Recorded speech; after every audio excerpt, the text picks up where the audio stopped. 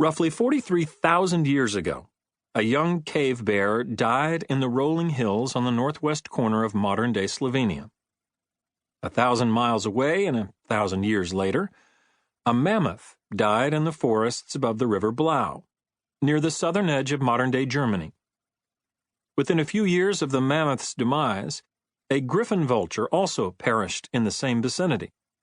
5,000 years after that, a swan and another mammoth died nearby. We know almost nothing about how these different animals met their deaths.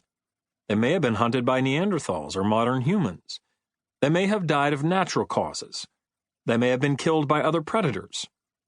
Like almost every creature from the Paleolithic era, the stories behind their lives and deaths are a mystery to us, lost to the unreconstructible past.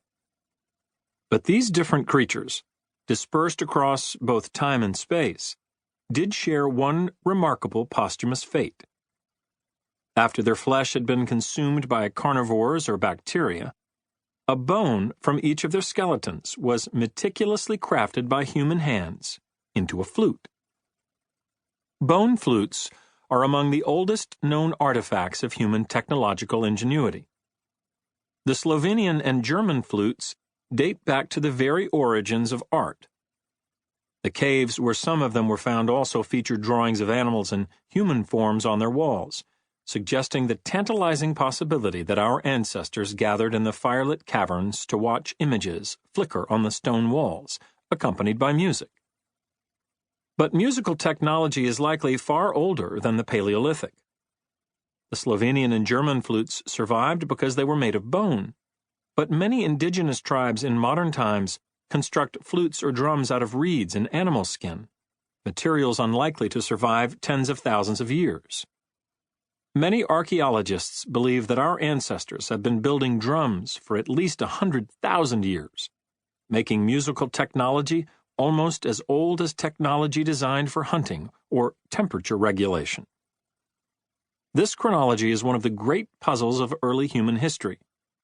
It seems to be jumping more than a few levels in the hierarchy of needs to go directly from spearheads and clothing to the invention of wind instruments. Eons before early humans started to imagine writing or agriculture, they were crafting tools for making music. This seems particularly puzzling because music is the most abstract of the arts. Paintings represent the inhabitants of the world that our eyes naturally perceive: animals, plants, landscapes, other people. Architecture gives us shelter. Stories follow the arc of events that make up a human life, but music has no obvious referent beyond a vague association with the chirps and trills of birdsong. No one likes a hit record because it sounds like the natural world. We like music because it sounds like music, because it sounds different from the unstructured noise of the natural world. And what sounds like music is much closer to the abstracted symmetries of math than any experience a hunter-gatherer would have had 100,000 years ago.